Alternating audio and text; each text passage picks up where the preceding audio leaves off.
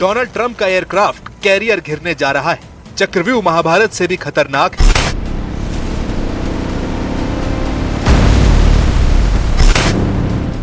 America ने जिस battle group को ईरान से लड़ने के लिए भेजा है, ईरान ने बता दिया है कि उसे हजारों सैनिकों के साथ पहले घेरा जाएगा, वार्निंग दी जाएगी और अगर तेहरान का हुक्म नहीं माना गया तो उसे डुबो दिया जाएगा। ईरान के रेवोल्यूशनरी गार्ड्स की धमकी बहुत खतरनाक है। ईरान की फास्ट बोट इस वक्त फारस की खाड़ी में घूम रही है, ईरान के जंगी जहाजों को तलाश कर रही है और जैसे ही उन्हें अमेरिका के वॉरशिप नजर आएंगे तो उन्हें ऐसे ही घेर लिया जाएगा। चारों तरफ ऐसा चक्रव्यूह रचा जाएगा जिससे फंसे ट्रंप के सामने फिर सरेंडर करने के अलावा कोई रास्ता नहीं बचेगा।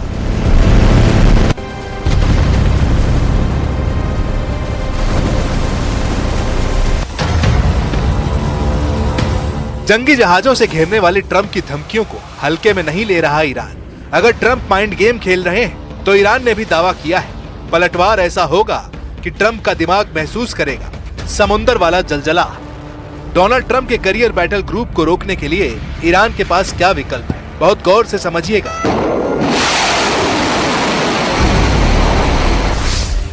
ईरान के पास कामिकाजे ड्रोन का भंडार है जिनसे बचना आसान नहीं है। ईरान के पास एंटी शिप क्रूज के अंडरग्राउंड अड्डे हैं जिनसे अमेरिका अनजान है। ईरान के पास फास्ट बोट है जो ऐसी मिसाइलों से लैस है जिनसे अमेरिका की जंगी फ्लीट को खत्म किया जा सकता है। ये तीनों ऐसे काउंटर कैरियर हथियार हैं जो फारस की खाड़ी को अमेरिकी नौसेना का कब्रिस्तान बना सकते हैं।